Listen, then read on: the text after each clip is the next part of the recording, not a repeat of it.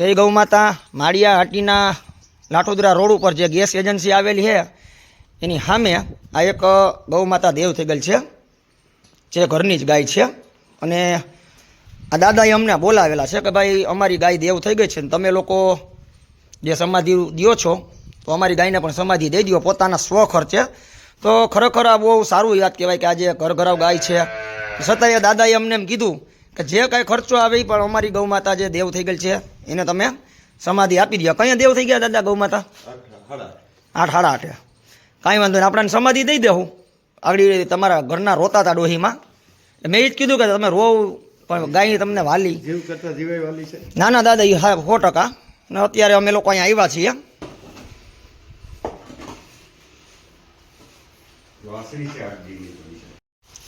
આ માતામાં છે ને, આ જે ગૌ માતા દેવ થઈ ગયા છે એ બાવાજી છે. માં તમને કેટલું દુઃખ થયું ગાય દેવ થઈ ગઈ એમાં? માં આગળ તમે રોતા હતા. બરાબર.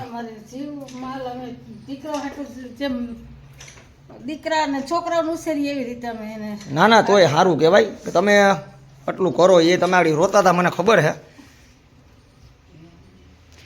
અને ખરેખર આ એક સમજવા જેવી વાત છે કે ક્યાંય પણ જો હું તો એમ કહું કે ઘર ઘરાવ કોઈ પણ ગૌ વંશ હોય આપણી પાસે, એ ખરેખર જો દેવ થઈ જાય ને તો આપણે એને હિન્દુ રીત રિવાજ પ્રમાણે ખરેખર સમાધિ દેવી જોઈએ. કેમ કે આપણું છે, આપણું કહેવાય.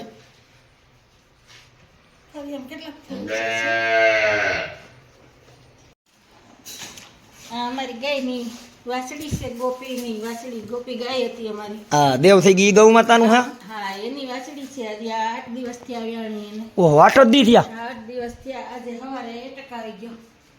ગાયને એટેક આવ્યો ને? એટક અમે જોઈ છે એમ 5 મિનિટમાં. તો આ બિચારાનું શું થાય? હવે માં વગરનું થઈ ગયું. હવે કેવી રીતના મોટી કરવી એ જ અમને અફસોસ છે કે આ વાછડુંનું શું અમારે કરવાનું. ના ના સાચા હો તમે. બિચારું વાછડું અઠવાડિયાનું છે હજી. નાની દીકરી આપણે એની ઘોડે અમે ઉછેરીએ છીએ પણ છતાંય એમ કે આ મા વિનાનું તો બધું સૂનું જ છે ને.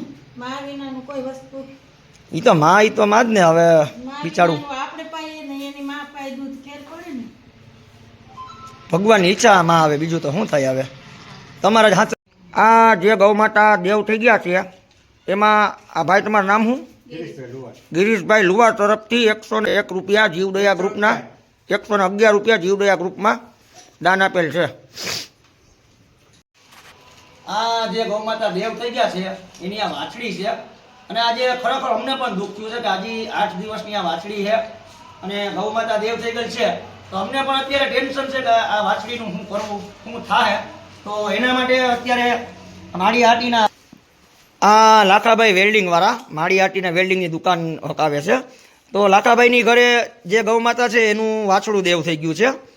એટલે અમે લાખાભાઈને કીધું કે ભાઈ તમારે ગાયનું વાછડું દેવ થઈ ગયું અને આ વાછડીની માં એટલે કે ગૌ માતા દેવ થઈ ગયા છે. તો આ વાછડીને તમે લઈ જાઓ તો જેથી કરી વાછડીને એની માં મળી જાય અને માને એનું વાછડું મળી જાય. તો ખરેખર ધન્યવાદ કહેવાય આ લાખાભાઈને પણ કે અત્યારે બોલાવ્યા એટલે તાત્કાલિક અહીંયા આવી ગયા છે.